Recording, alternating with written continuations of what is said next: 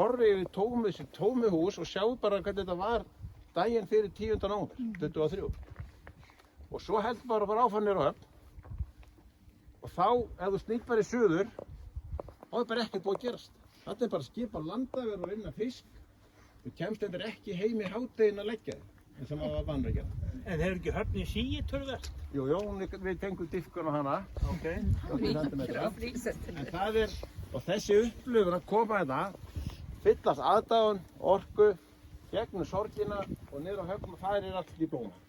Og verkefnið okkar núna hefur alltaf verið það, númer 1 öryggi, við teljum okkur að tryggja það, höldum atvinnulífinu gangandi, við komum þangað og svo að byggja bæinn.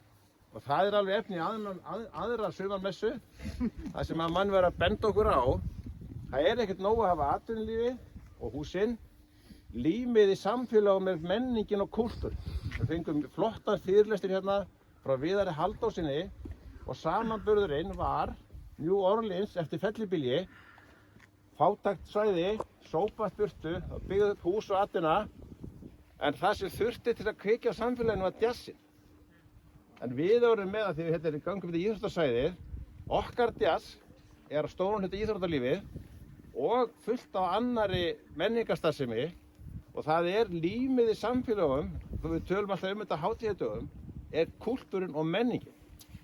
Og það sem að menn sakna svo óheyrilega öll litlu atriðin og alla menningin sem að. En hérna erum við í miðjunni og horfum hérna austur eins og líða á það. Ef þú horfum hérna vestur úr, þá það eldvörpin og Ármann okkur búinn að lofa okkur því að það byrji þar næst. Vandinn við það enda sá að því menn fylgja mjög mikla jarðskjálfta.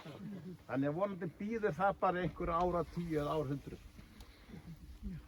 En hérna horfið þið bara á sorgina og finnið hana bara. Þannig að við skulum svo halda hérna aðeins áfram í vestur.